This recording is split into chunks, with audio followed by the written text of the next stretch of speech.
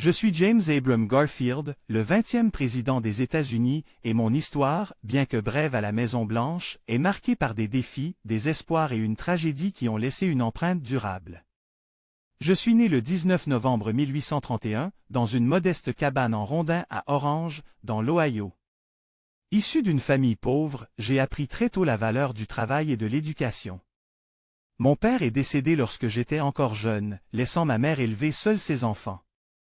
Avec courage et détermination, elle m'a inculqué le désir de m'élever au-dessus de ma condition.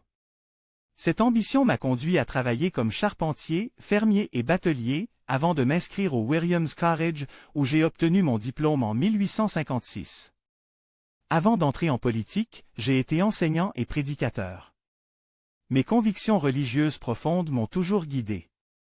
Lorsque la guerre civile a éclaté en 1861, j'ai rejoint l'Union et gravi les échelons de l'armée, devenant général de brigade.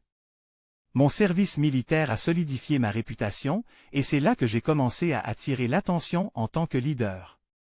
En 1863, j'ai été élu au Congrès, où j'ai servi pendant 17 ans.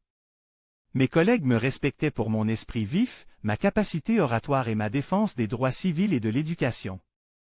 J'étais également un fervent défenseur de l'étalon or et d'une gestion financière rigoureuse, des positions qui m'ont valu à la fois des alliés et des adversaires. Ma nomination à la présidence en 1880 était inattendue.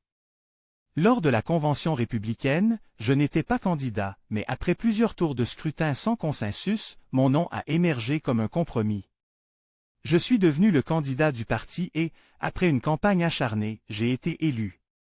Mon mandat a commencé le 4 mars 1881. Dès les premiers jours, j'ai affronté des divisions au sein de mon propre parti, notamment entre les Stalwarts, dirigés par Roscoe Conkling, et les réformateurs. J'ai cherché à promouvoir une administration honnête et efficace, nommant des fonctionnaires sur la base de leur mérite plutôt que de leur affiliation politique. Cette position a provoqué des tensions, mais je croyais fermement que la réforme était nécessaire pour restaurer la confiance du peuple dans le gouvernement.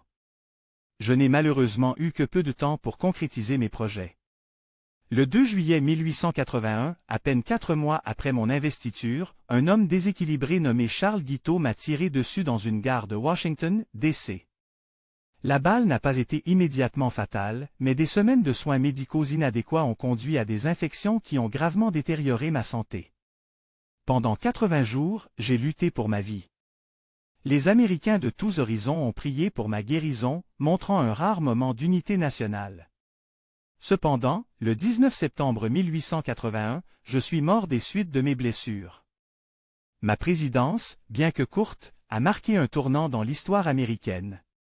Mon assassinat a choqué la nation et conduit à des réformes, notamment l'adoption du Pendleton Civil Service Reform Act en 1883, qui a établi un système basé sur le mérite pour les nominations publiques.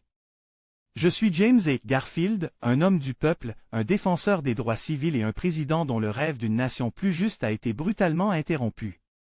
Mon histoire rappelle que même dans les moments les plus sombres, les idéaux pour lesquels nous luttons peuvent inspirer des générations à venir.